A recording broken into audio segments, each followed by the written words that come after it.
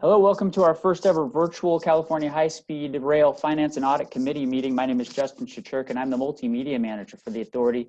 And I'll be running this meeting behind the scenes today. Our hope today is to replicate our normal in-person meetings, complete with public comment. But please bear with us. There may be a few bumps along the way as this is new to everyone. With that, I will turn things over to Acting Board Chair Tom Richards. And assuming everything goes as planned, you won't see me again during this meeting. So Tom, go ahead. To let you know right now, Tom, we only have 2 people in for public comment. Only 2? Yes, sir. Okay, thank you. All right, good morning, ladies and gentlemen from across the state of California, and welcome to the Finance and Audit Committee meeting for April the 21st, 2020. We, like you, are practicing safe distances from one another, and so we come to you from Northern, Central, and Southern California today. We'll have the same public comment as we generally have. We'll call this meeting to order, and the record will note that we have all 3 members of the committee, Ernest Camacho, Nancy Miller, and myself. Along with us, Brian Kelly is here, as well as those who will be presenting this morning.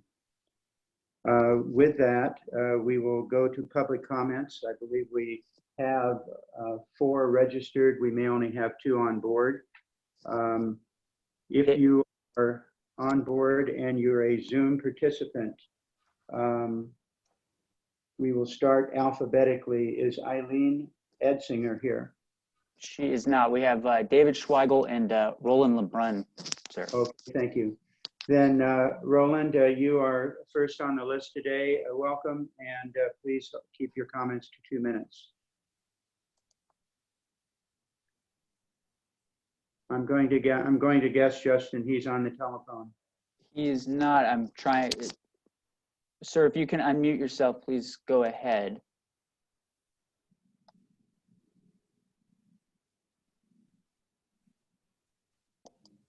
Let me try it one more time. Okay.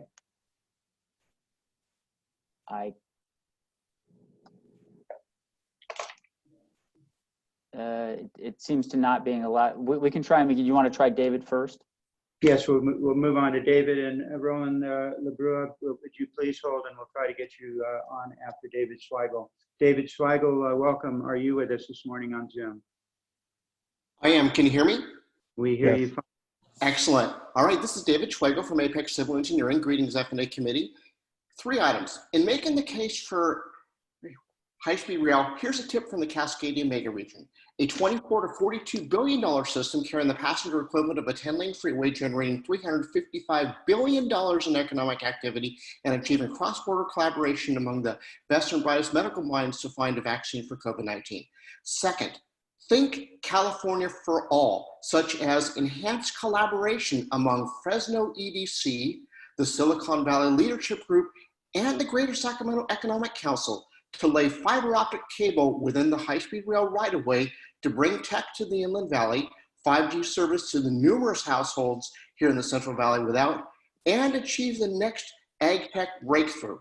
Third, and finally, a shout out to our friends from ACE, the Ultimate Corridor Express on Merced to Sacramento and Stockton to San Jose, the poster child for being faithful with little, trustworthy with much, and perfectly positioned to capitalize on the innovation corridor concept.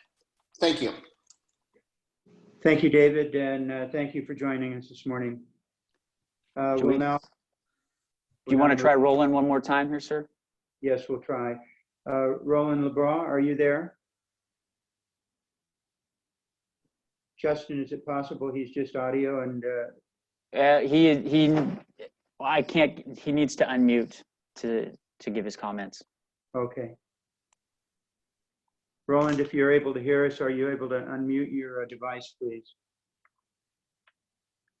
What we'll do is we'll continue on, and at whatever time you are able to join us, how would he notify you, Justin, that he is prepared to give his comments later? It looks like he's unmuted now, sir. Oh, okay, good. Sorry about this, and I have no comment this morning. Thank you. All right, please go ahead and make your comments, and if you can, Roland, hold it for 2 minutes. Thank you. I apologize. I have no comments this morning. Thank you. Not at all. So we also have Diana Kotler has joined to give her comment. Okay. Okay, I didn't have a understand. comment. I just joined to listen in. Oh, okay. Thank you very much. Okay, is Roland with us now, or I didn't hear? He said he did not have a comment, sir. Okay, fine. Okay, then we have Diana. She also said she was just joining to listen in. She was what? I'm sorry. She was just joining the meeting to listen in. Okay, fine. And then do we? And that is everyone on our attendees list. Okay. All of you from the public, thank you for joining us, and we're happy that you're here. We are going, for my members, or for the members of our committee, I just wanted to let you know that we need to wrap this meeting up by 9:30 this morning in order to prepare and be ready for the board meeting at 10 o'clock. So with that, we'll go to agenda item number 1, which is the previous minutes from the December 10th meeting, excuse me, from the February meeting. Do we have any questions or comments about the meeting, about those minutes? And secondly, are the members satisfied with the answers to questions that were raised of management and staff? Assuming you are, then do we have a motion for approval of the minutes? You'll have to unmute and let us know. So moved. Second. Okay. Motion and second by Member Miller and Member Camacho. All in favor? Aye. Passed unanimously. Thank you very much. Moving on to agenda item number 2. This is the F&A committee comments from myself. I'm going to waive any comments today in the interest of moving through the agenda. Item number 3 is the work plan development process audit that was prepared by our internal audit staff. And Paula Rivera, if you would please present that report. Good morning. Good morning. Welcome. Thank you. I'd like to summarize the work plan development audit that we performed. We looked at 3 types of contracts: the project construction management, the rail delivery partner, and the regional consultant contracts. All 3 use work plans or task orders similarly. So for the purposes of our audit, work plan and a task order was evaluated the same way.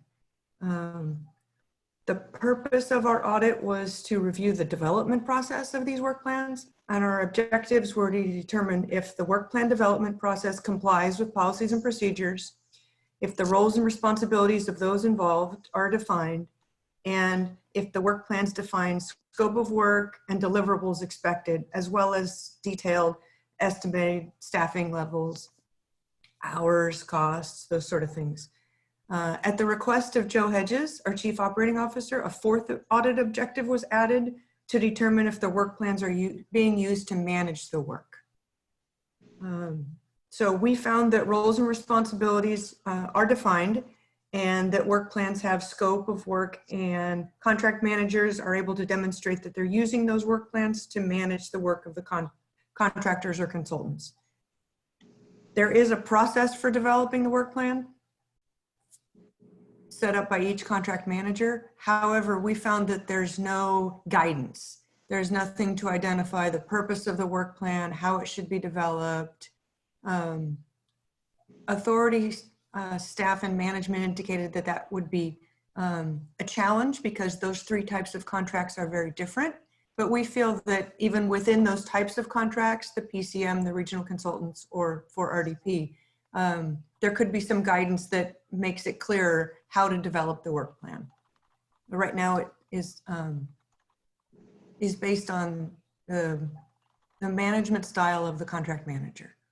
The other thing that we found was for the 3 regional consultant contracts in Southern California, the contract requires an annual work plan, but they were using task orders. some in the Northern and Central California, those regional consultants use task orders in an effort to put some process in place and to better manage the work. Task orders were used throughout. However, we recommend that the contract be, 3 Southern California regional consultant contracts be amended to clarify that task orders will be used. And so the program delivery office reviewed our draft report, and they responded that they've created draft guidance for contract managers for work plan development. Within 90 days, we're going to have them check back with us and let us know if it's been finalized. And they also identified that they will be, 1 regional consultant contract has already been amended, and the other 2 will be amended to reflect the distinction between an annual work plan and a task order. Are there any questions? Thank you, Paula. Any questions for Paula? Hearing none, this is an information item. Paula, you're, I assume, then satisfied with the response from management on your recommendations, and you'll follow up to ensure that they've actually been implemented. Yes, will Okay, do. great. Okay, thank you. Thanks, Paula. You can stay with us. If not, have a wonderful day and stay healthy. Thank you. You too. Thank you. Moving on to item number 4 today. This is a report presented by Brian Annis, our Chief Financial Officer, with regards to finances of the authority. Good morning, Brian. Good morning, board members and Mr. Chair. I believe we're going to pull up the presentation here as well. So this is, I'm going to be working as always off the financial reports executive summary, which is now on the screen. If we could go to the next page. So as always, we start with the accounts payable aging report, and continued good news there. The authority has not had an aged invoice for 30 months and has not made a penalty payment for 37 months. Again, this is attributable to hard work from the accounting staff, but also Joe's contract management and project management staff that are timely and respond to issues as they come up. Our total disputes for the month of February totaled 4.3 million. That's still relatively low. They had peaked in September 2018 at about 27.5 million. So that remains low. Moving down on the same page, the cash management report. This displays our cash balances through the end of February. As indicated, our Prop 1A balance was 448 million. Our cap and trade balance 2.4 billion, and our rail property fund 8.7 million, for a total of 2,840 million as of the end of February. On the Prop 1A side, we do have a spring bond sale scheduled. We requested the amount of 96 million be sold. That is primarily directed toward our local assistance projects, which are the Caltrain electrification and the 2 bookend projects in the south. For cap and trade, the February balance does reflect the 185 million from the November cap and trade sale. It does not yet reflect the February proceeds of 153 million. So that amount will be added to our balance when the Department of Finance processes the executive order for that transfer. If you do include that 153 million, that does bring our balance up to very close to $3 billion of cash in the bank.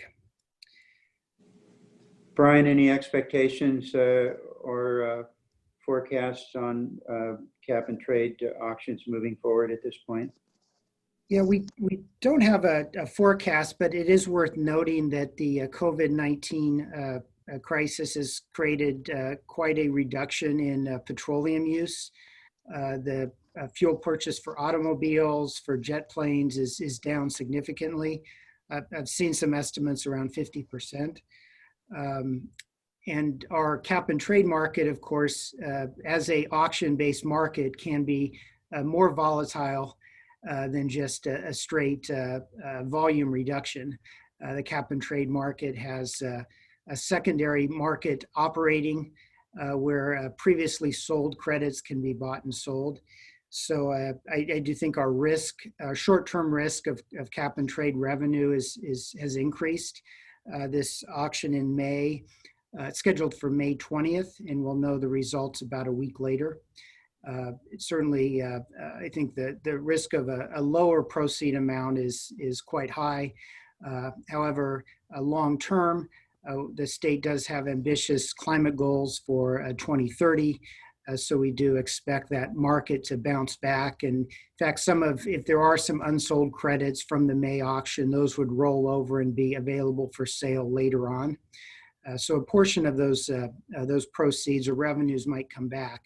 But certainly in a period where there's less consumption, less greenhouse gas emissions, there will be some reduction in allowance use and likely purchases of credits at the next auction. I did want to mention as well a little bit of good news on the cap and trade side. When the legislature first appropriated cap and trade funds to the high-speed rail program in 2014, they had loaned about $400 million of that appropriation to the general fund. Last year's governor's budget proposed to fully repay that loan. And in January of this year, it was fully repaid to the Greenhouse Gas Reduction Fund. So the entirety of that $400 million loan has now been repaid. Our reports had always carried that balance as available to the authority because the loan had language that indicated it would be repaid when needed. But certainly it's good news that that loan has been fully repaid. And again, that $400 million is counted now in our balance. Thank you. There's no other questions on cash. I'll move on to the next slide, the administrative budget. We're through February, we've completed 2/3 or 67% of the fiscal year, and we've spent 44.2% or $25.7 million of the administrative budget for the fiscal year. I will note that in the January governor's budget, there was an upward revision in our administrative budget. It was increased to $58.3 million, and that's an increase of $2.1 million. And what that's due to is an annual process where salary and wages adjustments occur after the budget's implemented. There's a central state item for salary and wage adjustments, and that has been scheduled across all departments in the state. Our vacancy rate through the end of February was 20.3%. That's 55 vacancies out of 271 positions, resulting in total filled positions of 216. I did get updates through this past Friday, and that reflects an additional 6 positions filled at the authority. So through last Friday, we have 222 positions filled, 49 vacant, and that reduces our vacancy rate to 18.8%. And for context, statewide, across all departments, the vacancy rate averages about 15%. Another context piece is, of course, we started the fiscal year with 35 new positions to fill. The authority, since July, has filled 67 vacant positions. That's about an 8 per month total. And that's accounting for new hires, people that were promoted internally. When we include separations, the authority has filled 30 vacant positions overall on a net basis. I did want to note as well for the general state budget, COVID-19 has resulted in some changes to the anticipated statewide budget process. The Department of Finance has indicated they'll put out a May revision budget. That's what they call a workload budget. So it'll be kind of a bare bones budget. Will be saying no to most expansions of state programs or um, additional staff unless related to COVID-19. One of the reasons for this as well is the income tax deadline, of course, has been extended from April 15th to July 15th.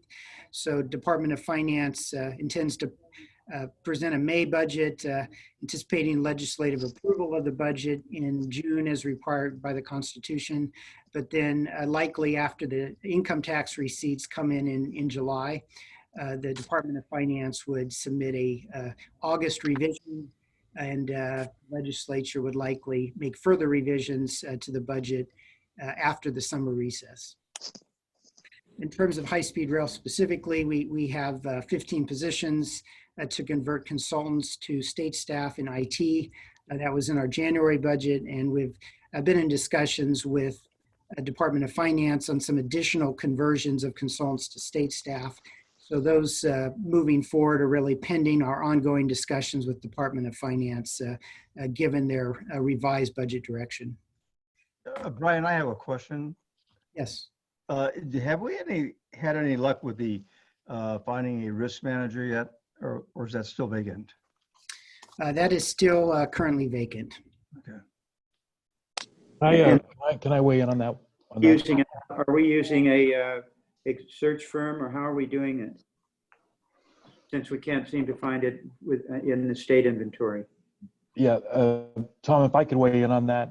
Please. We are, we're moving along on a procurement now to bring in risk services by contract directly to the authority. The recent history here has been using the RDP partner to fill the risk void.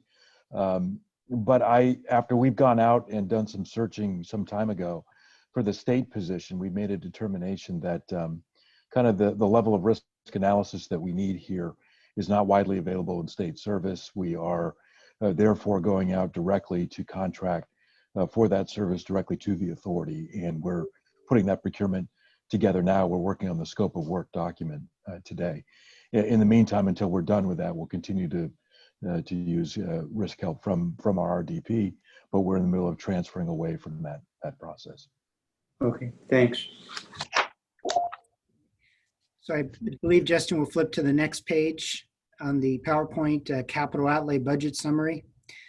Capital outlay expenditures through the fiscal year to date, through February, were $940 million, which is 41.7% of the capital budget.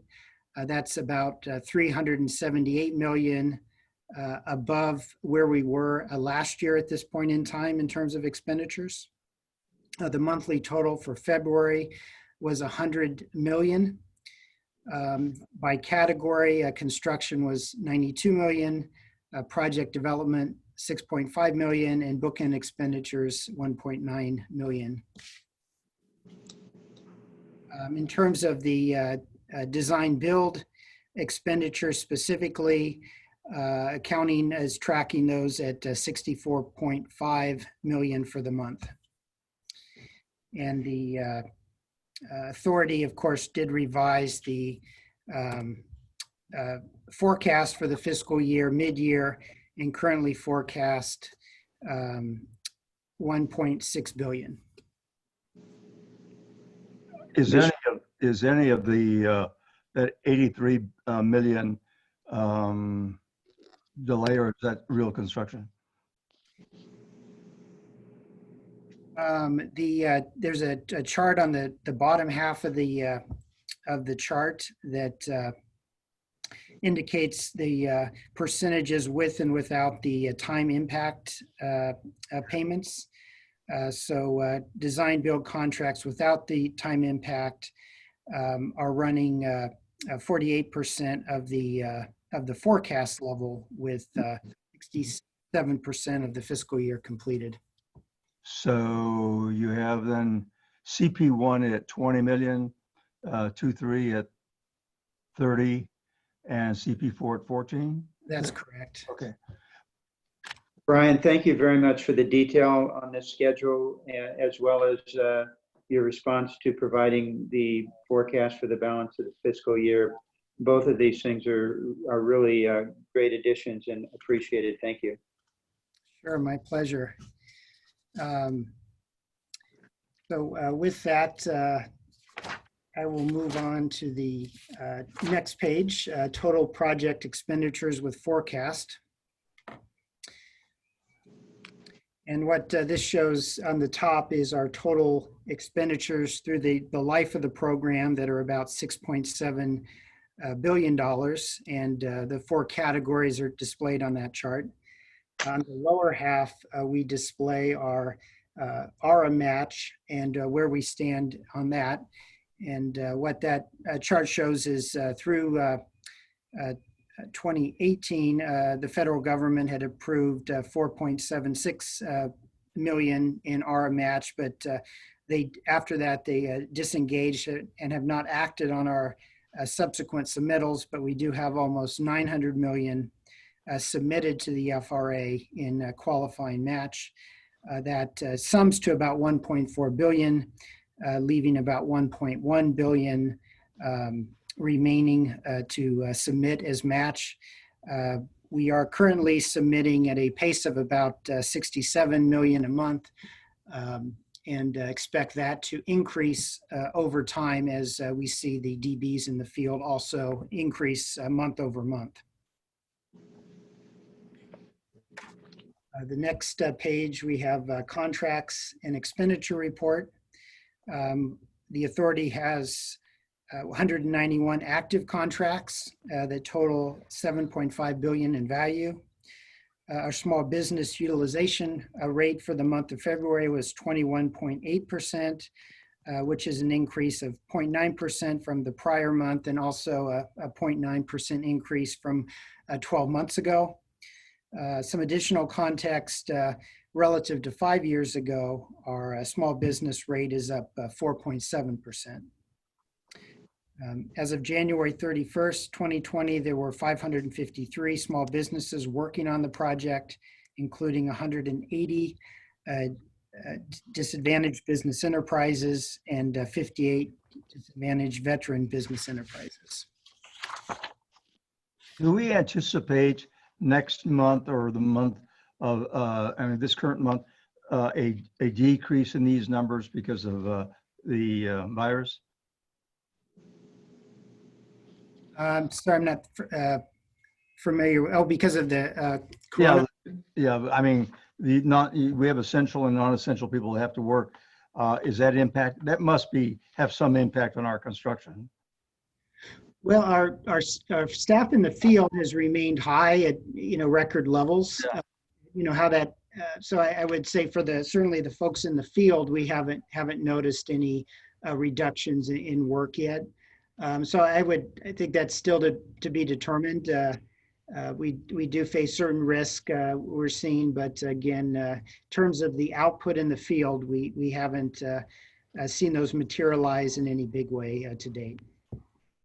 Okay. The last page of the executive summary is the contingency summary. As of February 29th, 2020, the current contingency balance was 2.6 billion, and that's what remains from the about 3.6 billion total contingency that was adopted by the board in May of 2019. We report each month on use of contingency that exceeds $25 million. And there's two to report. The first is labeled MSE walls. That's a mechanically stabilized earth.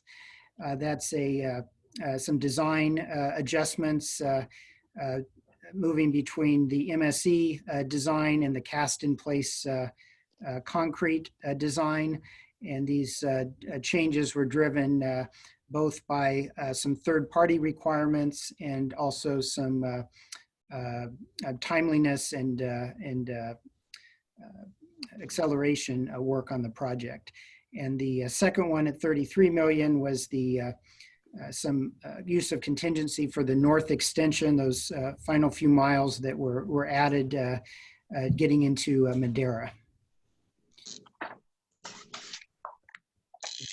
That completes the executive summary of the financial reports for the month. I'm happy to answer any questions. Any questions for Brian? Just have one. Are we through the bulk of our time management, or what you would call delay payments, do you think? We have completed the round of time impact payments for the design builders and the PCMs for the schedule that was adopted in May of 2019. So we continue to monitor going forward, but those adjustments, again, relative to the May baseline, have been adopted. Okay, and paid. Yes. Okay, thank you. Nancy, it might be worthwhile to mention, though, that as we move forward and adopt the re-baseline schedules that will come into place, those might include acceleration or other elements that will include additional payment. So there's some aligning we'll have to do as we do that. Right. I just want to make sure that what we looked at last year, we're through that. Okay, thank you. Thanks for that clarification, Nancy and Brian. Brian, Annis, thank you very much. We will talk to you shortly. And if we could now bring in Joe Hedges for our Center Valley update. And Joe, are you there? Yes, to unmute. Okay, Joe, we want you to try to wrap this up. Morning. Good morning. Good morning. Starting at tab 11 in the books is where. Joe, please wrap it up by 9:30. Yes, sir. 29 minutes. Oh, it's not a that's 30 minutes. That's easy done. All right. The data you're looking at, as a reminder, is February 20th data, approximately 2-month-old data. Okay, so there is a time lag here. Starting on page 2, kind of going over the quick summary and overview. As you can see, the next month we're expected to present the RBS schedules. It'll be void of the cost impact associated with that. As we finalize these RBS schedules, right, we are negotiating out the time impacts, inefficiency claims, any possible acceleration claims, right, as we work through implementing those RBS schedules, which is moving the expected contract completion dates to the expected project completion dates, lining them back up in the future. But you did I hear you say that we will not have the cost impacts? You will not have the cost impact, and the risk models will not yet be complete. Okay. And when would we expect those, Joe? I would expect those to have those in the following month of June, sir. Okay. Carry on. All right, sir. Total contract invoices, right, from CP1 through 4 was basically $66 million, which was a substantial increase from the February's 20s projection by $21 million. So very healthy, good progress in the right direction. Also, too, you'll see in this presentation that we're currently, the average weekly workers is about 750. That is in the present, moving up 2 months, is now within about 850. So again, is incremental increases all in the right directions. Okay. Overall, we saw about another mile of guideway get added to the total length that we're working from the last period, 76 miles. And we've added one structure to basically to last period's 38 structure. So again, small changes, but I think what you'll see in the next couple of months is a much larger uptick in those. Okay, so going down to CP1, CP1's invoice was for $20 million, which was $3 million over its expected.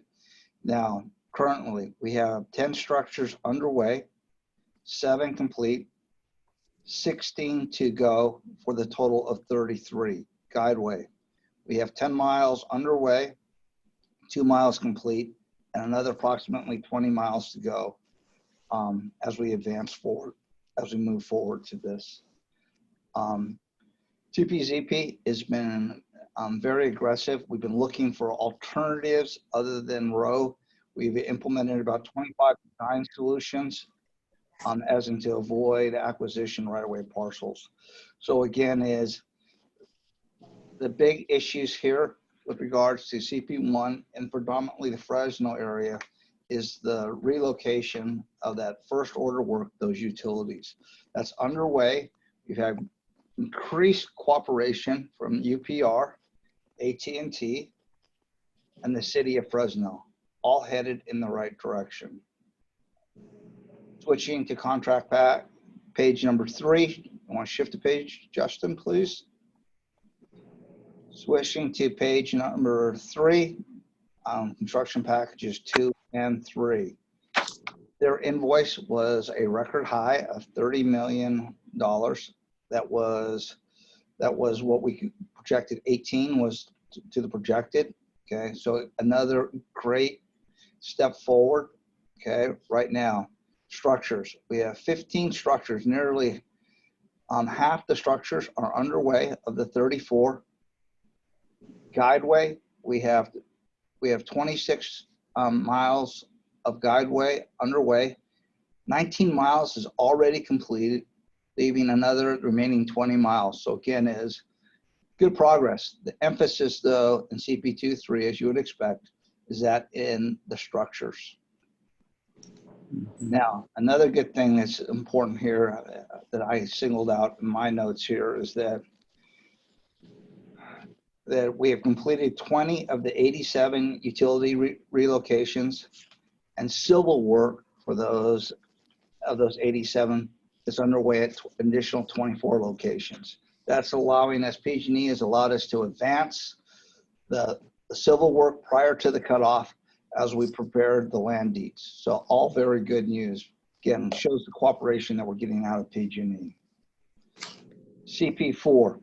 CP4 is pretty much in a stabilized state. They basically have met their, what I would call their ARA production goals, which is in excess of that $15 million per month.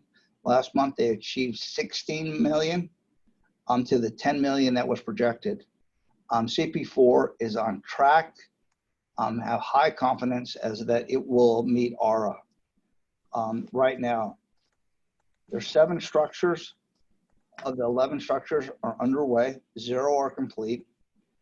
We have basically 20 miles of the guideway underway with 1 mile left remaining to start on. So again, CP4 you can see is broke free, is predominantly a few little small environmental issues, but the majority of the environmental issues have been broke free.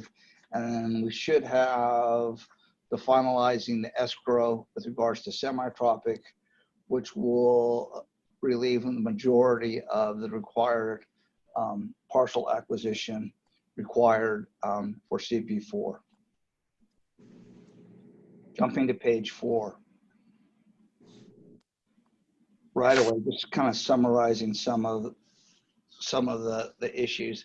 You can see that there is not one major issue with regards to the impacts of COVID, but there is what I call death by 1,000 duck bites that are occurring with COVID. These will require us to do workabouts, require us to look at creative solutions, right? As we solve some of these. So as we move to page 4, you can see that, you know, we're impacted here with regards to the courts and their ideas of social distancing. We're also it's been a little bit of a struggle to deal with attorneys and that of individual property owners. But you'll see that we're making advancements in Roe. It's just the idea that we've had to create some workabouts, and it's a little bit harder than it was a month ago. Okay. Now, the big thing that, and kudos to the right-of-way staff, to our new right-of-way director, Jennifer Loudon and Russell Burgess. Currently, we have all of the known right-of-way is being incorporated into a central database and tracked out of that central database called GOMs, which is a monumental step forward. It's allowed us to truly see what we need to do with regards to the accomplishment of right-of-way acquisition. Okay, so again, is small steps, but there is a little bit of impact with regards to COVID. Okay. Now switching to slide 5. Slide 5 is a slide that reflects what it's required for the CPs, with the amount of dollars under the CPs that we've basically been able to invoice and obligate to that remaining. Currently, we have about $2.4 billion of money has been expensed, obligated against the CPs, with the current scope in that being against about $4.1 billion. That leaves us about 2 years to advance these just a little bit over $2 billion. Okay, slide 6. Slide 6 is overall. Okay, what this says is this. Approximately, you recognize the 2.4 and the $4.1 billion. Okay, now there is known scope in the CPs that we're in the process of negotiating, i.e., the missing, what we call the missing 2 miles in CP1, the intrusion barrier protection systems in all 3 of the CPs. Okay, this is known scope that was accounted for in the baseline, our last baseline number 1, all right, that we're in the process of finalizing. That will move up approximately complete by about approximately just under $1 billion for the CPs. There's about $1 billion of scope that needs to be added into the CPs. That will leave approximately $1 billion for the tracking system then to put into place after the turnover of each of the CPs. That's why you see, if you're looking on the horizontal axis, that's why you see the 2 vertical lines stacked.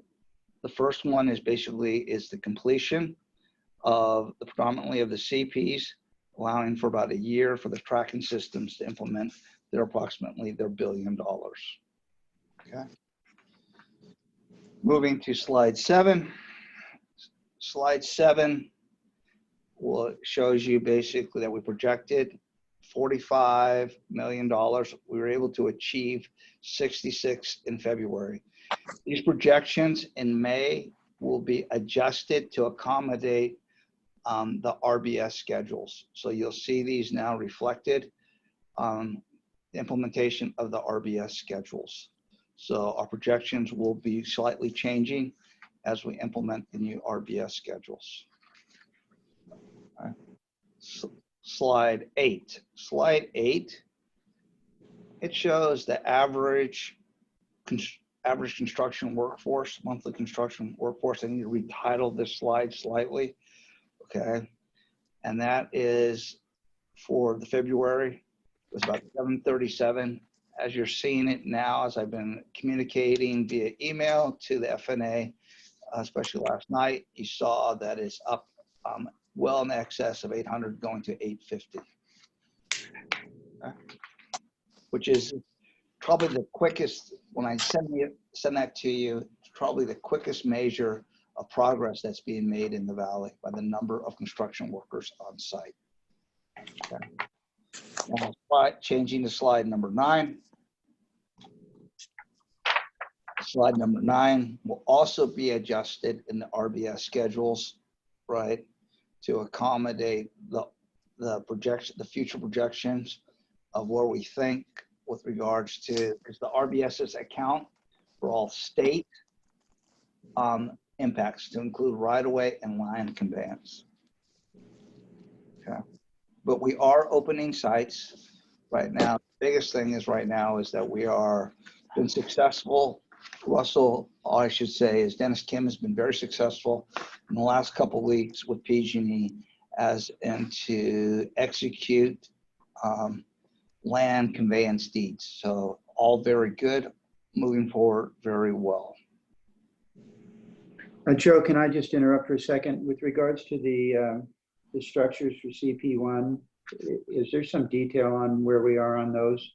Yes, sir. If you go back to the specific to CP1, if you want the summary per structure, I'll have to, I don't have it down in that nuance of a detail. I'll have to send that to you separately, sir.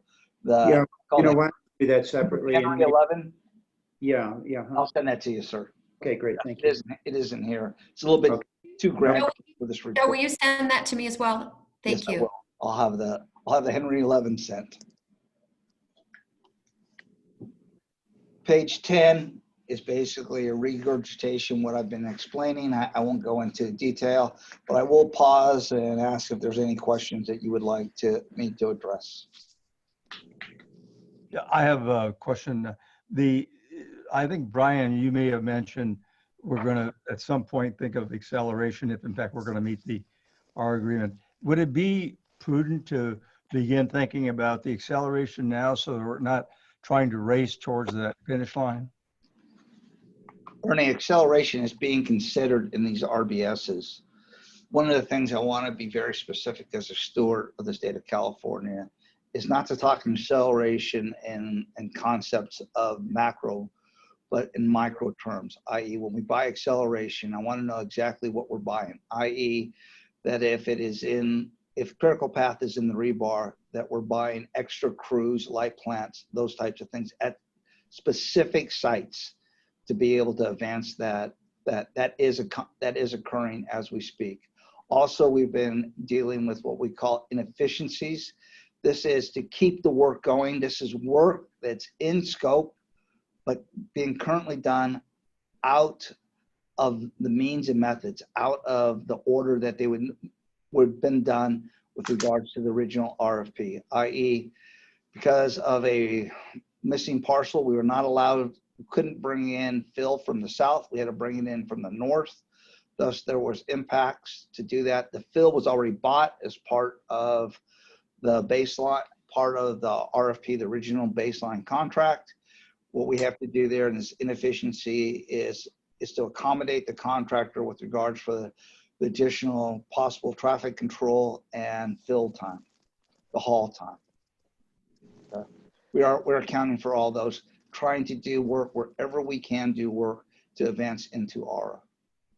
I think though, Ernie, to answer your question on a slightly higher level or broader level, I think what we are intending to do is first come forward with where the RBS schedules, what they look like with elements in them to bring forward the construction dates. And then there's Joe's working on, as he indicated earlier to Tom's question, bringing on sort of the what we think cost impacts would be on around the June schedule. So the combined demonstration will be made available by that. Well, yeah, I think there's going to be some, I mean, if we can accelerate them and even though we are accelerating, some of that could be in scope work, which they should have done anyhow. So I guess there's going to be some hammering back and forth relative to what was in scope and what should they have done by this time, which was no fault of our own. So, you know, there'll be some give and take in that area, but at least it'll get us closer to that date for the ARA agreement. And I'm just, you know, I look at that as the something that we need to do.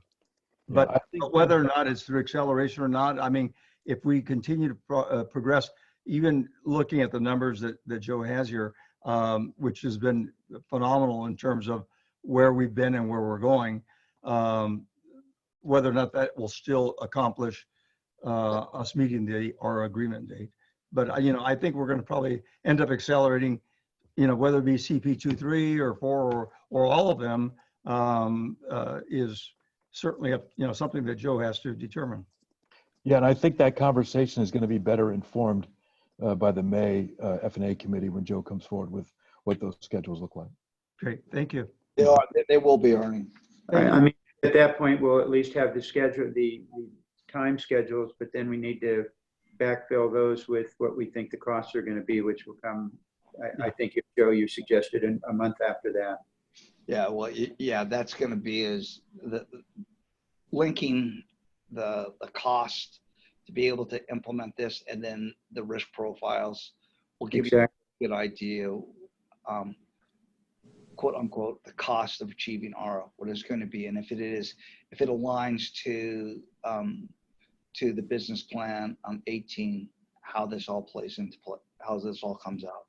Okay, I want to be completely transparent in that discussion, sir, for the record. Okay. That's what we would expect, Joe. Thank you. Yes, sir. Now, I'll move off this slide and go to page 11. I have 10 minutes of my 30 minutes left, sir. So I'm conscious of the time. It's a nice thing about being a computer here. You have a nice little cockpit here to know how much fuel time you have left. All right.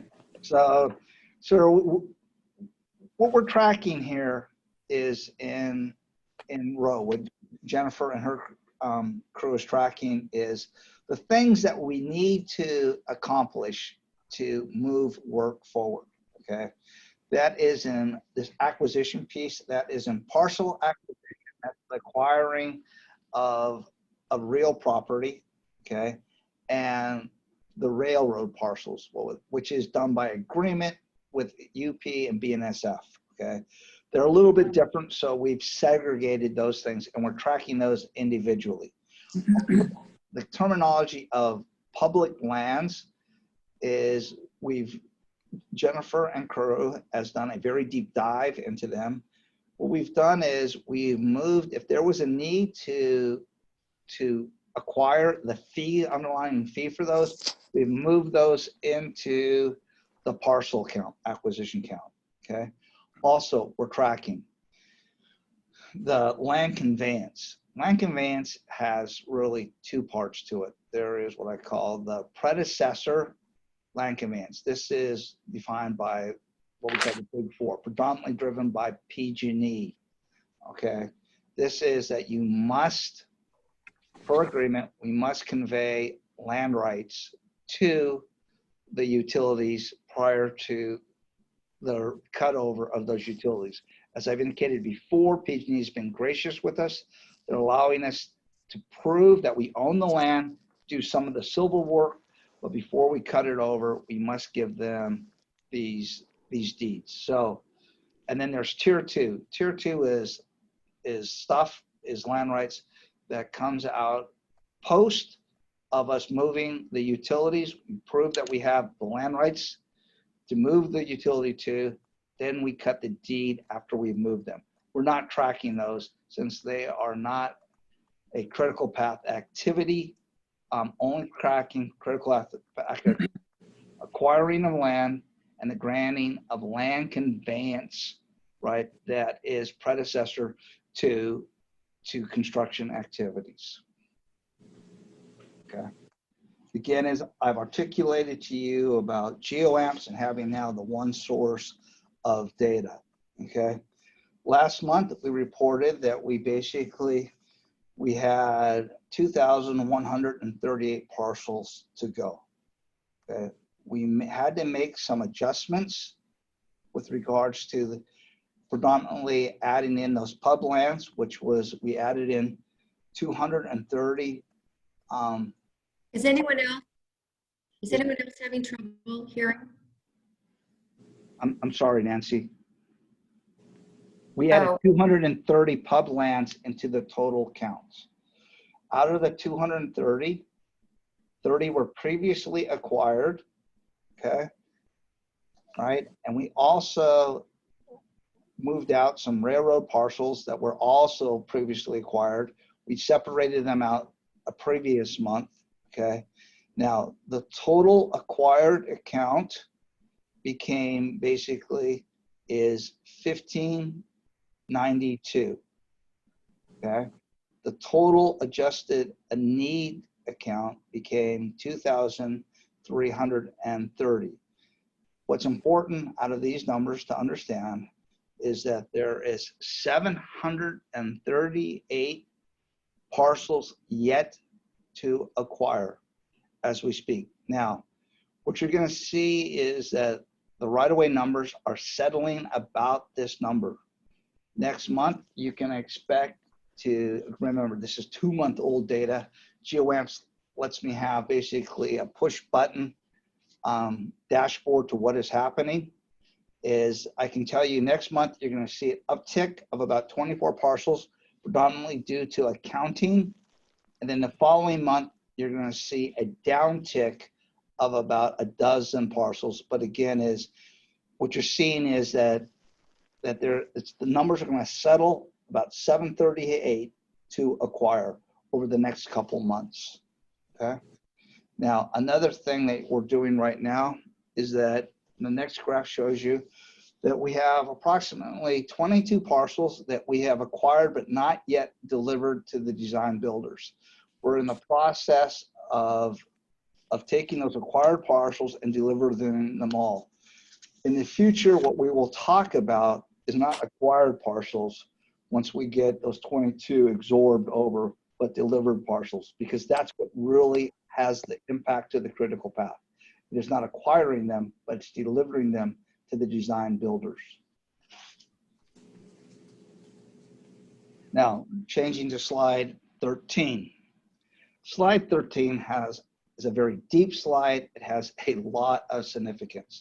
First of all, let me take your eye to the far left corner where it says February 20th. Okay, that's this month. That's the month that we're reporting on.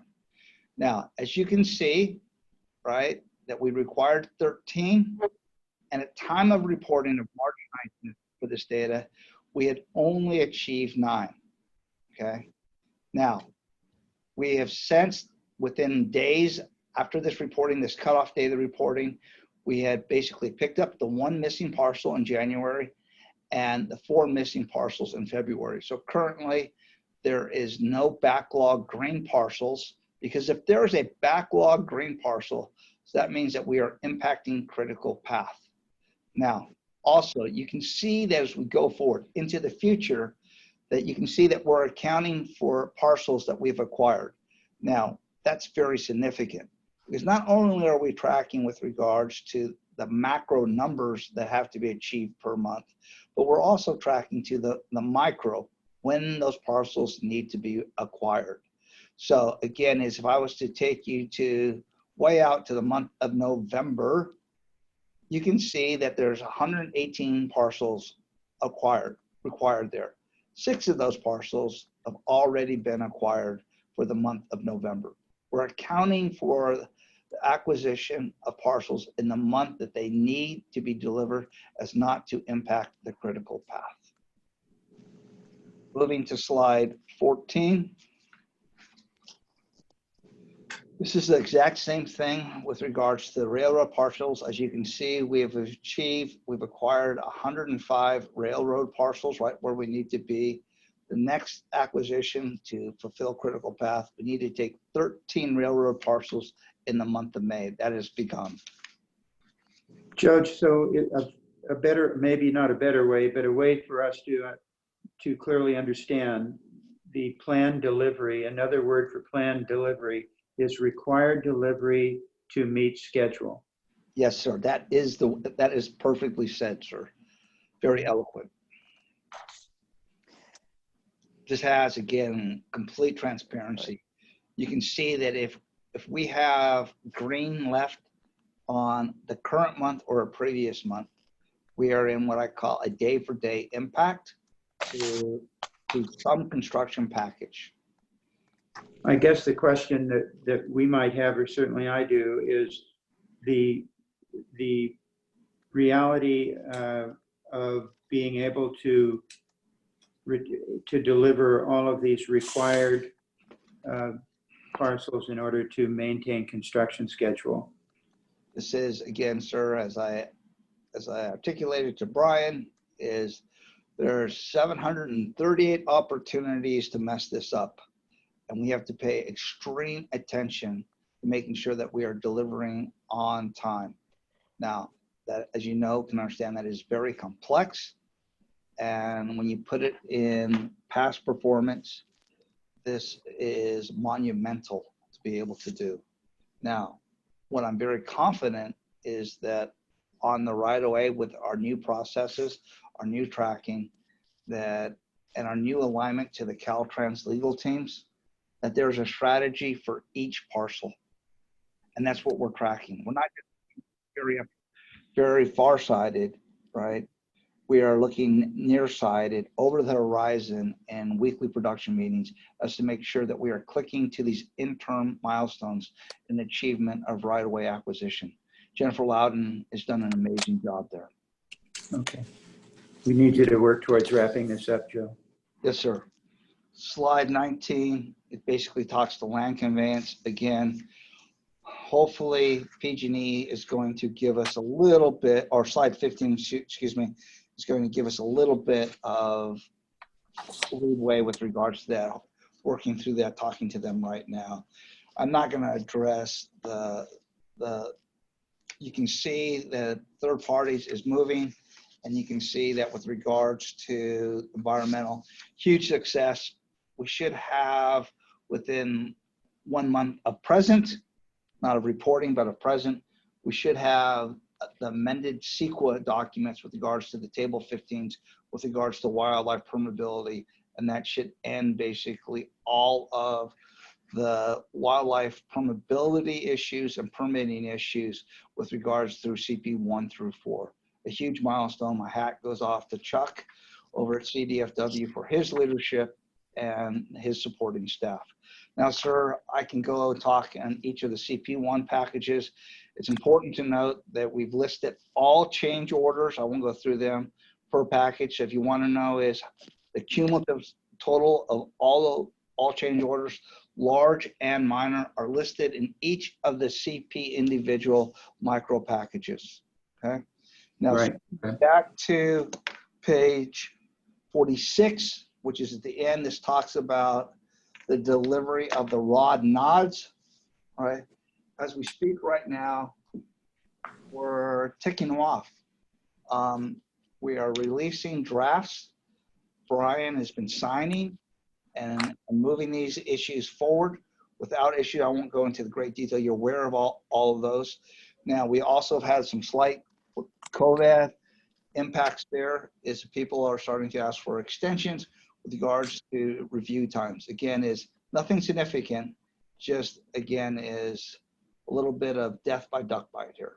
So that kind of wraps it up, sir, allowing you time for questions. Also, too, Henry asked a question last F&A committee on Arcadis, which is the PCM for CP23 with regards to a long payment schedule.